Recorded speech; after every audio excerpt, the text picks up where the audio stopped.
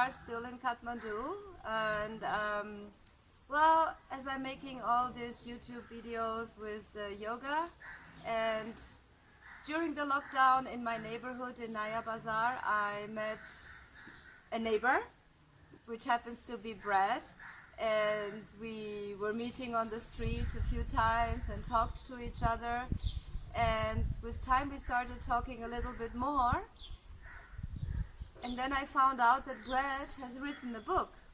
And we've been, of course, talking a lot about yoga and some philosophy and his life in India, because Brad lives in India and knows a lot of things about Indian culture. And we started talking, and then I found out that he has written a book about the Sankhya philosophy. So I went like very sharp with my ears, and I said like, wow, that's very interesting, you know. So here we are, and I decided to make an interview with Brad. And we met today in this beautiful garden in Kathmandu and decided to do this interview to talk a little bit about the Sankhya philosophy.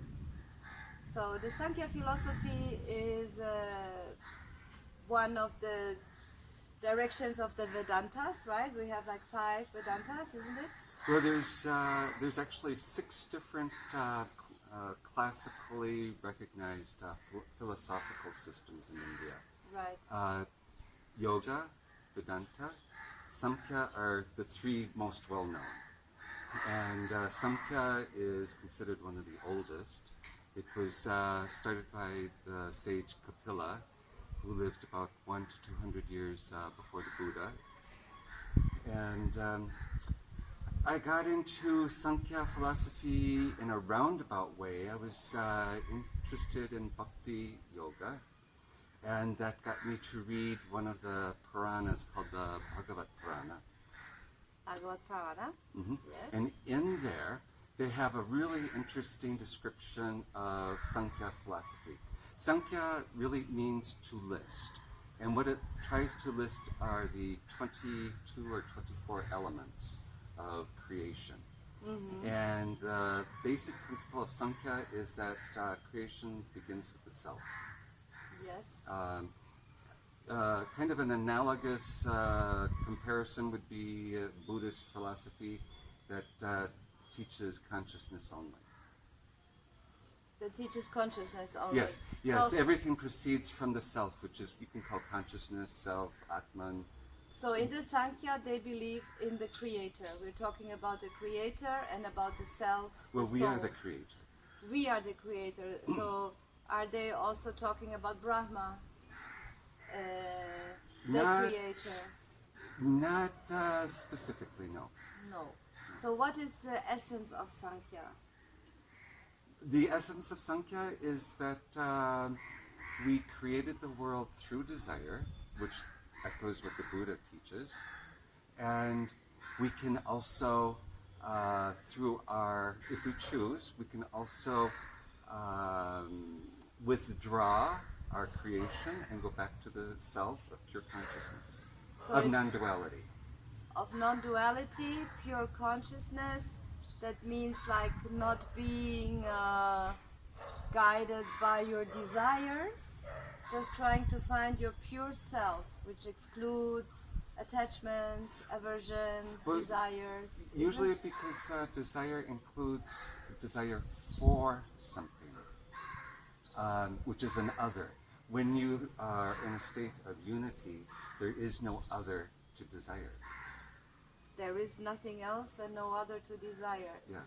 Okay, so what is the Sankhya philosophy itself for you about the elements? Well, it was kind of interesting when I met you, and you're doing lots of yoga, doing the asanas, and also the Singing Tibetan bowls. sound meditation. And that got me interested in exploring a little bit further the idea of the chakras within the body. And I was very intrigued to find out that the chakras corresponds to 5 elements, which is central to Sankhya philosophy: earth, air, fire, water, and ether. Yes. And so that got me to thinking, what is the relationship between the two? if any. if any. And then I realized that the whole purpose of like raising the kundalini from different chakras up to the highest, the Sahasrara chakra, Yes? is basically the same thing as Sankhya philosophy, where the tortoise withdraws its claws or limbs back into the shell. The tortoise, the turtle. The turtle. Yes? Mm-hmm. And that's similar to just about any mysticism that you read throughout the world. It finds echoes in Christian mysticism and in Buddhism, Mahayana, yeah. So it talks basically about withdrawing, like pratyahara, when you're not anymore dependent on outward sensations, emotions, perceptions, when you just withdraw all your limbs. Yes, it's also withdrawing not just the senses, but the senses are allied with the mind and our perceptions. Yes. And so it's also an emptying of the mind and our assumptions.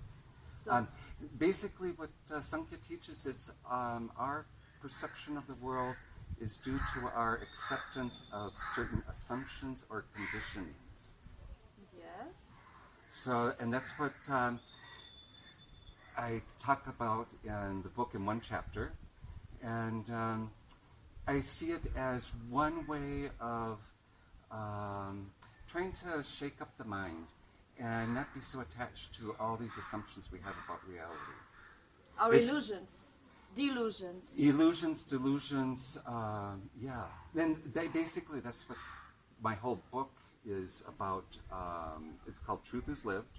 Truth is lived, yes. And it's basically a search for the self, starting with trying to heal the self from lots of just psychic damage, you know, from family, society, and so many things, and trying to find out, well, what is truth? What is true? What is the self? And Sankhya provides one way of just breaking this stranglehold that most of us have about reality. What is reality? And what makes for you Sankhya being the right, or being your choice, compare like to meditation, or compare to Buddhism, or compare to other techniques? What is the Yes. thing in Sankhya which has led you to... It's, again, in the 6 systems of Indian philosophy, the word philosophy really does not occur in Sanskrit. They use the word darshan. So it's to see or to experience. And unless, I'm not interested in subscribing to any abstract theoretical system. Unless it involves a change within yourself, then it's, and that you can apply and live, then it's of no use. It just becomes another thing that you're attached to. And so for me, Sankhya, for me, helped loosen that really heavy attachment we have to how we perceive the world. It's not the only way. For me, Sankhya, as I explain in my book, Sankhya starts with the reality of the self, and Neoplatonic philosophy starts with the reality of the world. But they both lead to the same point. And so, as far, I don't reject anything, it's what speaks to me. I was very intrigued to find out that Patanjali, in the 8 limbs of Patanjali's yoga system, asana is one of them, and, you know, doing the positions. It's a third limb, yes. Yes, and there's a definite link between Patanjali and Kapila, the Sankhya. But they have not lived at the same time. Not lived at the same time, but they share the same tradition. And the same thing you mentioned about Buddhism. Desire features heavily in Buddhism.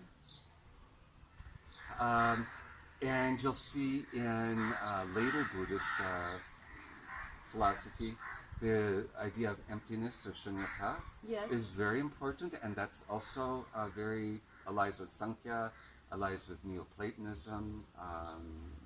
So it all comes together. Like, let's say, like, we are trying to figure out what makes us so unhappy because we have already so many desires all the time. So basically, desire is something when attachment doesn't get what it wants, you know, then we get like this disillusioned and unhappy if we don't get what we desire. So it is first about to know what is our desire, why do we have this desire, what has imposed those desires in us, right? And that's what in early Christian mysticism they really emphasized practice avoidance of the vices. Yoga does that as well, talking about brahmacharya. And the tongue being the chief, most difficult one to try to control, not just because of the food, but because of speaking. When we speak, we're using a language that is part of this conditioning process that we're engaged in.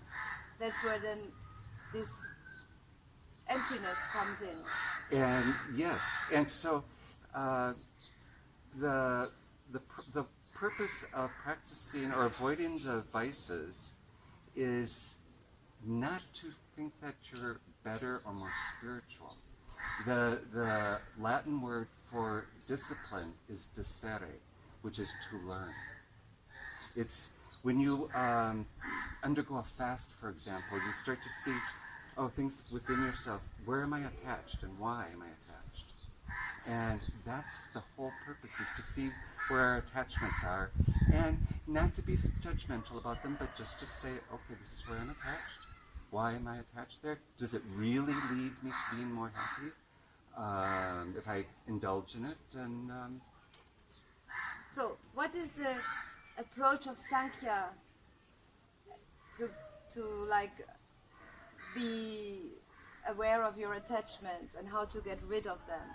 Well, we have to understand the thing that really intrigued me and what inspired me to write this chapter in my book is Sankhya proposes an evolution of the world that we create through the elements. And one of the things that just always intrigued me is that water comes out of fire. In Sankhya? Yeah, in Sankhya. Yes. And I thought, That's how is that? How is that possible? Because they seem so opposite. Yes, in astrology, for example, they say like water and fire signs, it's hard to mix water and fire, right? Yes. And so that got me just to thinking, and it gradually kind of revealed to me how this all makes sense. And I understood the elements in Sankhya, the five elements, not in our world that's vision-based. We're susceptible to thinking of elements in terms of discrete units, that kind of like atoms, and that you have like a earth element, which is this, and then a fire element, which might be rectangular, and then a water element. And we see these as discrete things.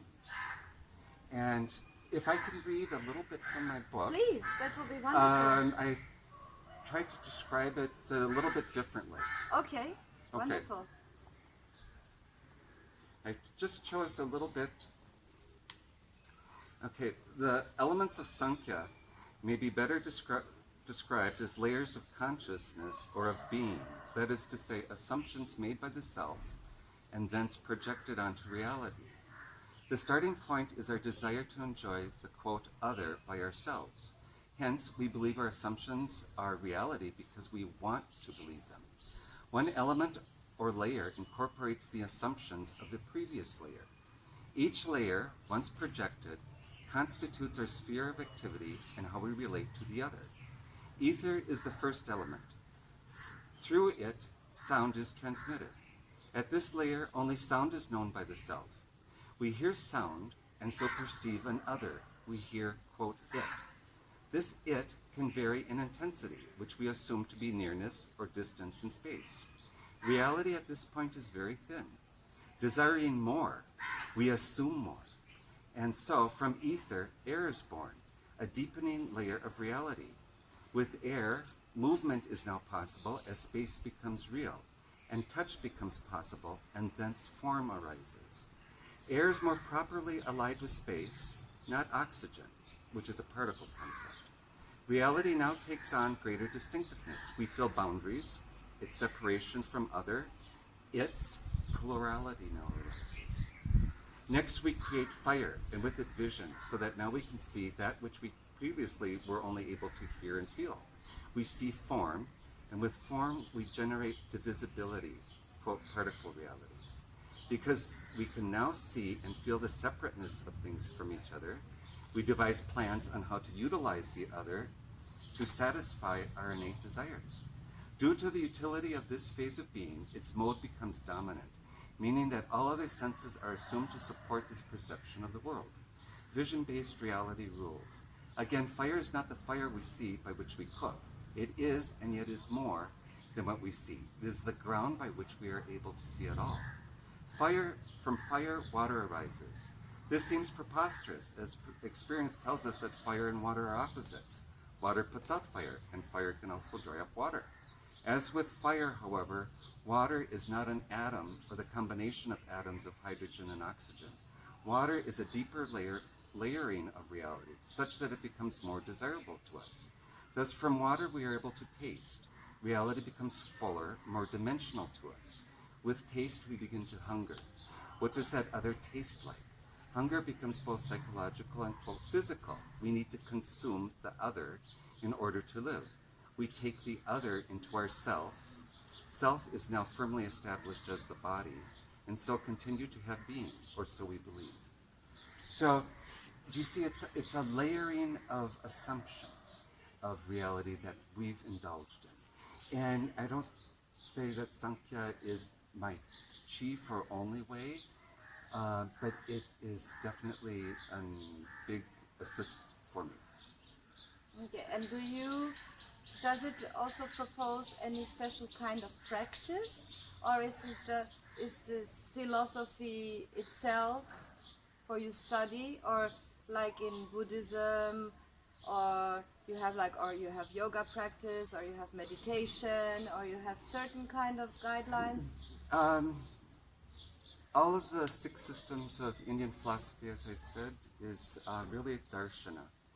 And the Indian way of seeing is a bit different than the Western way. The Western view of seeing is much more active. We see this because we project, whereas darshana is much more passive. It comes to us. So the only point of exploring Sankhya or any philosophy is to open up the mind to other possibilities and to let go of certain assumptions, if you are able or want to, and let the darshan come in. Let the light, it's you could say it's the light coming The light, to us. the wisdom, Yes, the wisdom, the knowledge, words. yes. And just kind of like free yourself from desire, free yourself from assumptions, and just be open to receive. Because we experience that our desires are not leading us to the happiness we want.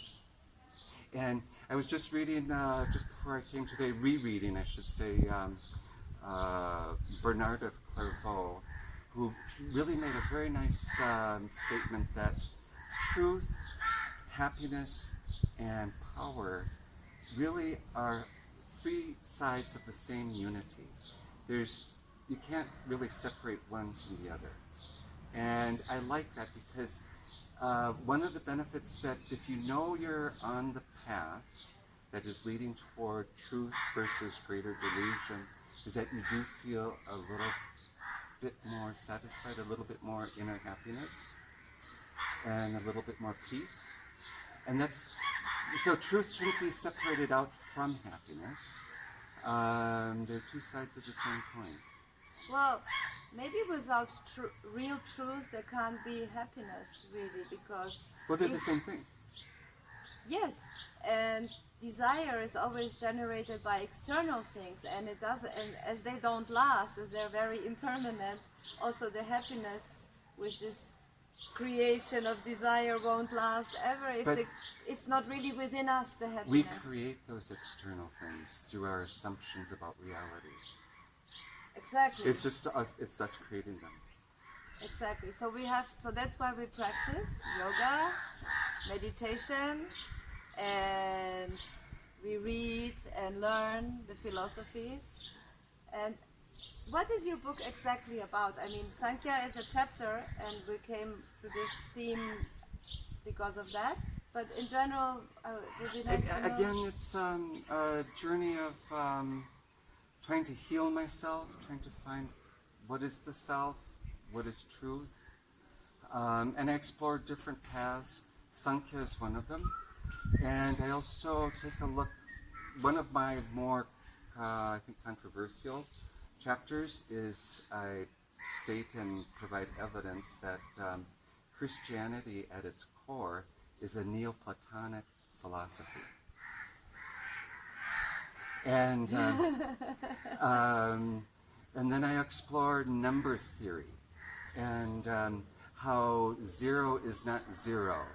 And I take up the Platonic idea that 8 is not greater than 5 by 3, but by number. And it's detaching us from the tyranny of numbers, which totally dominates the world we live in today. In the U.S., you're basically a number. Your social security number, your credit score. When you work for a company, you have a number. You're a number. You're just a number. Yes. And so, and it goes back to, it kind of echoes in the Tao Te Ching. It says, if you have to use counting, just tie knots in a rope and limit yourself to that. Don't get too attached to these numbers. And then I talk about science, and then I have my own, I talk about utility theory because that's the main view espoused by science today as we know it. And I challenge utility theory and try to replace it with what I call process reality. That there is such a thing as truth. Yeah. Our truth, our inner truth, and the truth can only be one and pure. If there is no purity, there can't be truth. So we're talking about the elements, the 5 chakras, which each chakra also corresponds to certain things, like our Vishuddhi chakra, our throat chakra, which is the element of ether, and it corresponds to the truth and to purification, Right. expression. Yes. So it has to do with this, what you're saying. Like we're starting with the ether and we're like finishing with the earth. Yeah, and you know, it's so interesting. Om or Om is emphasized in a lot of Indian yoga teachings and concentrating on the sound Om. And it is true, Om is the original sound, but the Om that we hear when we say Om is not the original Om. Because the Om we hear has been layered through all those layers of reality that we've projected. So if we want to get to the original Om, we have to go through those layers of assumptions that we created. Which is pure sound. It's pure Right. sound. I think we will stop it here before they start hammering again next door. Thank you very much, Brad. Okay. And it's been really interesting. Hold on a second, please. And I'm sure we'll find another theme with Brett to do another interview with, because this is like so huge. And, well, And I am working on another book that follows up. When I finished this book, I thought I vomited everything I knew about that I could ever say. And then surprisingly, a month or 2 later, I started to get more ideas and more ideas. And so I'm working on a second book. so here's the book, Truth is Lived, from Brad Bergstrom. Okay. Okay, so we'll be back, and well, so much for now. Thank you very much for watching. Namaste. Okay. Thank you.